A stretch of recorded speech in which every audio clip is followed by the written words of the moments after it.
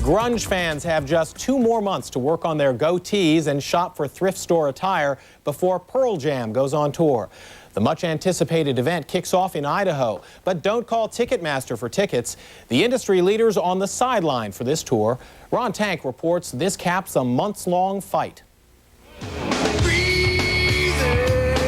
In this corner, Pearl Jam, one of the music industry's most popular bands. In the other corner, Ticketmaster, the country's largest seller of concert tickets.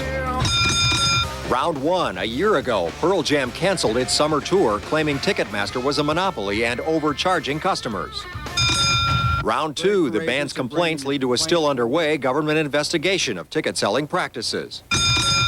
Round 3 begins this summer as Pearl Jam begins a 12-city tour without Ticketmaster. I think it's as much a political statement on their part that they could, in fact, do what they said they would do and not work with Ticketmaster and actually produce a tour. That tour, beginning June 16th in Boise, Idaho, includes sites not usually used by such well-known bands: a ski resort, a fairgrounds, even a city park. In San Francisco, for example, they're playing Golden Gate Park, which essentially is a facility that has to be constructed. We can't go into most of the venues that we would normally play in, so we can't go to most of the cities we would normally go to. That, Pearl Jam claims, is because the best-known sites have exclusive contracts with Ticketmaster. If they don't sell the tickets, you don't play there. A building contracts with a person to supply beverage.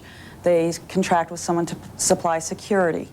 Ticketmaster, the ticketing services, is just another vendor. There's a service charge of $3.25 per ticket and a handling fee of $1.60. Those extra fees pay for the ticket seller's services, the computers, employee salaries, and of course a profit. Last year, Ticketmaster says it agreed to charge $2.50 for Pearl Jam tickets. The band says it was more, and they've found a new ticket company charging $2.45. So a year later, and it appears that the public will be saving 5 cents. But there's much more at stake. Concerts are a billion-dollar business in the U.S., and while buyers sometimes stand in huge lines outside ticket outlets, 19 hours and counting. The majority of tickets are sold by phone. Ticketmaster uses operators to handle requests. Pearl Jam's tour will rely on an 800 number linked to computers. They disclose all the charges on the front of the ticket.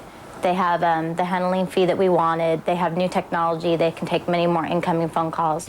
Pearl Jam's tour raises lots of questions. Can it make a profit? Can a band dictate prices? And does a big company like Ticketmaster mean more efficiency or a monopoly? People think that this is over just because we found another company.